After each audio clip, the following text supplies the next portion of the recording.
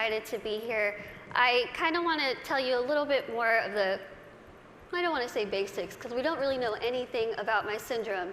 I was born with this very, very rare syndrome that only 2 other people in the world, including myself, that we know of, have. Basically, what this syndrome causes is that I cannot gain weight. Yes, it does sound as good as it is. I could eat absolutely whatever I want, whenever I want, and I won't really gain any weight. I'm going to be 25 in March, and I've never weighed over about 64 pounds my entire life. When I was in college, I hid, well, I didn't hide, everyone knew it was there, but it was a giant tub of Twinkies, donuts, chips, Skittles, and my roommate would say, I could hear you at 12:30 reaching under your bed to get food. But I'm like, you know what? It's all right, I can do these things. Because there are benefits to this syndrome. There are benefits to not being able to gain weight. There are benefits to being visually impaired. There are benefits to being kind of really small. A lot of people think, Lizzie, how in the world are you saying there's benefits when you can only see out of one eye? Let me tell you what the benefits are, because they're great. I wear contacts. Half off contacts. When I wear my reading glasses, half off prescription. If somebody is annoying me, being rude, stand on my right side. It's like you're not even there. I don't even know you're standing there. Right now, if I stand like this, I have no clue that there's this whole side of the room. Also, being small, I am very willing to volunteer myself to go to Weight Watchers, go to some gym and say, hi, I'm Lizzie. I will be your poster child. Put my face on whatever you need and I will say, hi, I use this program. Look how well it worked. Even though there are really amazing things that have come from this syndrome, there are also things that have been very, very difficult, as you can imagine. Growing up, I was raised 150% normally. When I was my parents' first child, and when I was born, the doctors told my mom, your daughter has no amniotic fluid around her at all. So when I was born, it was a miracle that I came out screaming. The doctors told my parents, we just want to warn you, expect your daughter to never be able to talk, walk, crawl, think, or do anything by herself. Now, as first-time parents, you could think that my parents would say, oh no, why? Why are we getting our first child to have all these unknown problems? But that's not what they did. The first thing they told the doctor was, we want to see her, and we are going to take her home and love her and raise her to the best of our abilities. And that's what they did. I credit pretty much everything that I've done in my life to my parents. My dad is here with me today, and my mom is at home watching. Hi, Mom. She's recovering from a surgery, and she has been the glue that's held our family together and giving me the strength to see that she's going through so much, but she has this fighting spirit that she's instilled in me, that I have so proudly been able to stand in front of people and say, you know what, I've had a really difficult life, but that's okay. That's okay. Things have been scary, things have been tough. One of the biggest things that I had to deal with growing up was something that I'm pretty sure every single one of us in this room has dealt with before. Can you guess what that is? Starts with a B. Can you guys guess it? Boys. Boys? Bullying. I know what y'all are thinking. I should have come, why couldn't I sit here with them? I had to deal with bullying a lot, but as I said, I was raised very normally. So when I started kindergarten, I had absolutely no idea that I looked different. No clue. I couldn't see that I looked different from other kids. I think of it kind of as a big slap of reality for a 5-year-old because I went into school first day decked out in Pocahontas gear. I was ready. I went in with my backpack that looked like a turtle shell because it was bigger than me, and I walked up to a little girl, I smiled at her. She looked up at me like I was a monster, like I was the scariest thing she'd ever seen in her life. My first reaction was, she is really rude. I am a fun kid and she's the one missing out, so I'll just go over here and play with blocks or boys.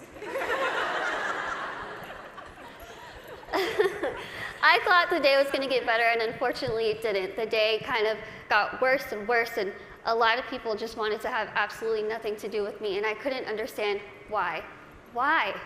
What did I do? I didn't do anything to them. In my mind, I was still a really cool kid. So I had to go home and ask my parents, what's wrong with me? What did I do? Why don't they like me? And they sat me down and they said, Lizzie, the only thing that's different about you is that you're smaller than the other kids. You have this syndrome, but it's not going to define who you are. They said, go to school, pick your head up, smile, continue to be yourself, and people will see that you're just like them. And so that's what I did. I want you to think and ask yourself this in your head right now. What defines you? Who are you? Is it where you come from?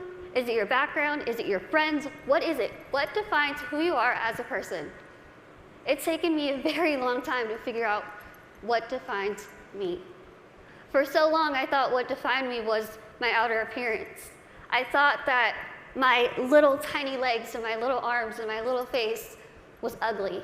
I thought it was disgusting. I hated when I would wake up in the morning and I was going to middle school and looking in the mirror, getting ready and thinking, can I just scrub this syndrome off? It would make my life so much easier if I could just scrub it off. I could look like the other kids. I wouldn't have to buy clothes that had Dora the Explorer on it. I wouldn't have to buy stuff that was bedazzled when I was trying to be like the cool kids. I would wish and pray and hope and do whatever I could to pray that I would wake up in the morning and I would be different and I wouldn't have to deal with these struggles. It's what I wanted every single day, and every single day I was disappointed. I have an amazing, amazing support system around me who never pity me, who are there to pick me up if I'm sad, who are there to laugh with me during the good times, and they taught me that even though I have this syndrome, even though things are hard, I can't let that define me. My life was put into my hands, just like your lives are put into yours. You are the person in the front seat of your car. You are the one who decides whether your car goes down a bad path or a good path. You are the one that decides what defines you. Now, let me tell you, it could be really hard to figure out what defines you. Because there are times where I would just get so annoyed and frustrated, and I don't care what defines me. When I was in high school, I found a video, unfortunately, that somebody posted of me labeling me the world's ugliest woman. There were over 4 million views to this video, 8 seconds long, no sound, thousands of comments, people saying, Lizzie, please, please just do the world a favor, put a gun to your head and kill yourself. Think about that. If people told you that, strangers told you this. I cried my eyes out, of course, and I was ready to kind of fight back, and something kind of clicked in my head, and I thought, I'm just going to leave it alone. I kind of started realizing that my life is in my hands. I could either choose to make this really good, or I can choose to make this really bad. I could either be grateful and open my eyes and realize the things that I do have and make those the things that define me. I can't see out of one eye, but I can see out of the other. I might get sick a lot, but I have really nice hair. Thanks. You guys are like the best little section right here. I lose my train of thought. Okay, where was I?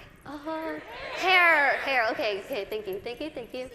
Okay, so I could either choose to be happy or I could choose to kind of be upset with what I have and still kind of complain about it. But then I started realizing, am I gonna let the people who called me a monster define me? Am I gonna let the people who said kill it with fire define me? No. I'm gonna let my goals and my success and my accomplishments be the things that define me, not my outer appearance, not the fact that I'm visually impaired, not the fact that I have this syndrome that nobody knows what it is. So I told myself I'm going to work my butt off and do whatever I could to make myself better, because in my mind, the best way that I could get back at all those people who made fun of me, who teased me, who called me ugly, who called me a monster, was to make myself better and to show them, you know what? Tell me those negative things, I'm going to turn them around, and I'm going to use them as a ladder to climb up to my goals. That's what I did. I told myself I wanted to be a motivational speaker, I want to write a book, graduate college, have my own family, my own career. 8 years later, I'm standing in front of you, still doing motivational speaking. First thing, I accomplished it. I wanted to write a book. In a couple weeks, I will be submitting the manuscript for my 3rd book.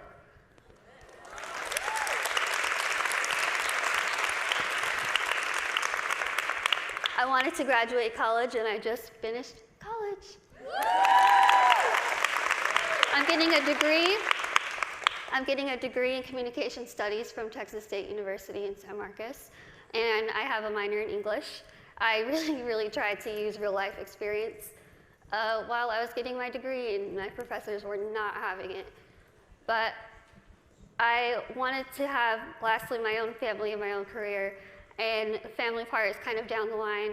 My career part, I feel like I'm really doing well with it, considering the fact that when I decided I wanted to be a motivational speaker, I went home, I sat in front of my laptop, went to Google, typed in how to be a motivational speaker.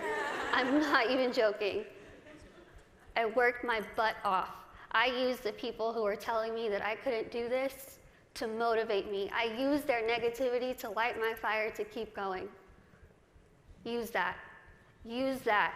Use that negativity that you have in your life to make yourself better, because I guarantee you, you will win. Now, I want to end with asking you again. I want you to leave here and ask yourself what defines you. But remember, brave starts here. Thank you.